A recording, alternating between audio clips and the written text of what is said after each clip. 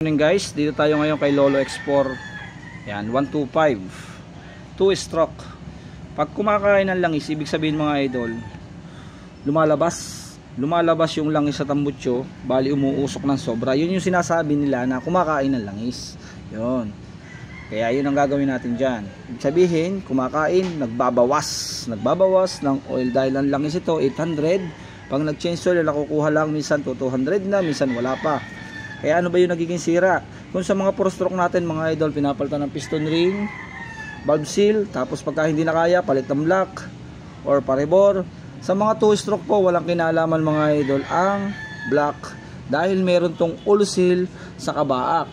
Kasi ang langis po ng makina or motor oil na dumadaloy sa 2-stroke natin ay buko dito sa kanyang connecting rod at piston. Ang dumadaloy lang po sa piston natin at connecting rod ay gasolina at yung kanyang tuti. Kaya ito mga idol, gagawin natin dito. Yan. Kaya humahalo na ngayon yung motor oil nya doon sa oil seal ng rotary. Kaya papalitan natin ng oil seal. Tara. Ito mga idol, kakalasin natin yung mga tornilyo, yung mga side. Yan, kalasin natin. Yan mga idol, pag natanggal nyo, pag usual nyan, para matanggal ang crankcase, natanggal na yung mga tornilyo. May dalawang tornilyo dun sa loob na mahaba at maiksi. Ito. Yan, tapos yung isang maiksi. Dito, kakalangan nyo sa may block para masikwat nyo, kahit hindi na kayo magtanggal ng karburador. Tapos dito, yan, bali isikwat din ng kaunti mga idol. O, dito sa tagiliran. Sa may parting kicker, yan o. Aangat na siya, yan o, umangat na. Makukuha nyo na itong cover. Makukuha nyo na siya. Ayan. Diba? Tapos ang oil seal natin mga idol andito. Andyan yung isang set natin na oil seal. Oil seal, O-ring. Ayan. Kaya panoodin nyo mga idol para mapanood nyo kung paano magawa nito. Ano? Sige. Kalasin natin itong lock na to. Siyempre pagka may lock, kailangan natin ng ganitong rayos para matanggal natin yung lock. O yan o. Ganyan. Tapos hihilahin nyo lang yun, matatanggal na isa-isa. Ganun lang. O yan o. Dalawa. Ganyan lang yung pagtatanggal mga idol o. Kung gusto nyo hindi laglagan, hilahin nyo lang o. Ganyan lang yung ginawa ko sa rayos ng bike. Pwede po yan mga idol. Ayan. Tatanggalin nyo lang. O, ito mga idol ha. Yan, tanggalan natin. Tapos to may bearing dito. Ang bearing na to, ito yung tamang lagay niya. Ayan, ganyan. Ang toser. At tanggalin natin yung clutch lining. At tanggalan natin yung isang clutch lining dito. Balang clutch lining nito mga idol ay 6 ang X4. Tapos tatanggalin natin yung lock, yung pagkakalak niya doon sa tornilyo. Yan. Okay, kasi natin. Oh.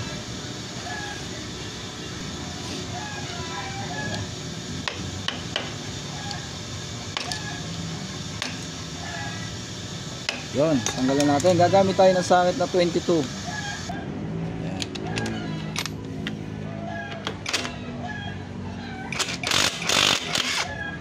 Yun. Tapos, tanggalin natin yung washer. Yan. Tapos, tanggalin natin yung clutch hub. Tapos, may spring. Ayan.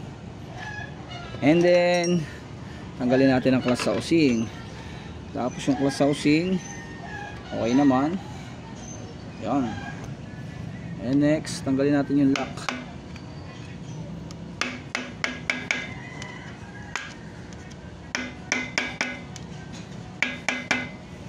Gamit ulit tayo ng 22. Yun. Yan mga idol oh. And tanggalin ulit natin yung washer. Yan. Tanggalin natin yung washer. Yan, tapos tanggalin natin ang pinion gear. Ang pinion gear, huwag nyo ibabaligtad para hindi magbago yung tunog niya. Minsan kasi pagka po nabaligtad na ganun, papasok siya ng ganyan. Ang problema mga idol, yan, pumasok din, iingay. Kaya kung ano yung tinanggal ninyo, tandaan ninyo, ilagay nyo lang sa isang tabi para hindi mabago mga idol. Ano? Yan. Tapos tanggalin natin yung mga flower type nya. Kasi andyan yung mga oil seal at yung ito yung isang o-ring natin.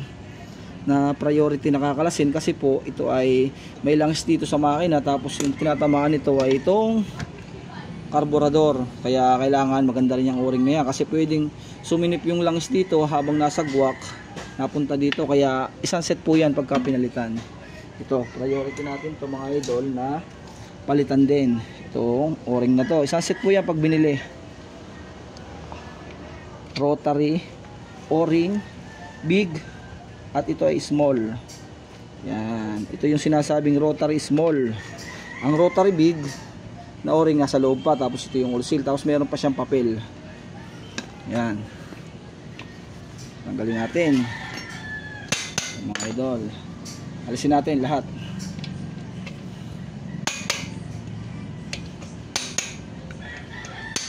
Yan, ngayon tatanggalin ko muna, hindi ko papakita sa inyo yung tornilyo, haalisin ko lang. Yan na, tanggal ko na. Susualin nyo dito sa ilalim, dito sualin nyo dito. Tapos pag nasualin nyo may makikita kayong plate. Yan, ito yung plate na sinasabi ko.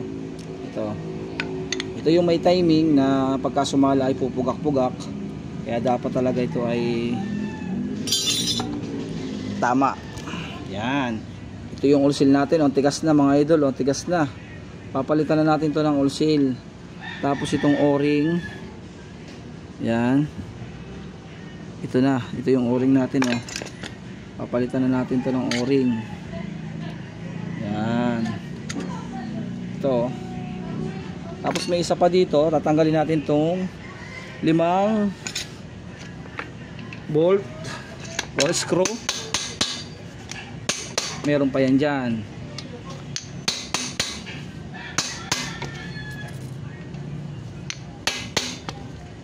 Tanggalin natin.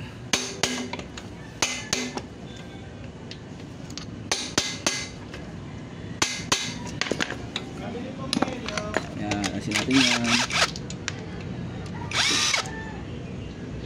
Alisin natin. Yan mga idol. Tapos sikwatin natin dito. Yan, sikwat natin, may makikita tayo na ito na. Ayan, oh. Ito yung papalitan. Yan. 1, 2, 3, tapos 4 yung oil seal. Yan, yan yung papalitan pag nakakain ng langis. Ito guys, babalikan natin mamaya ulit tayo. Yan, continue.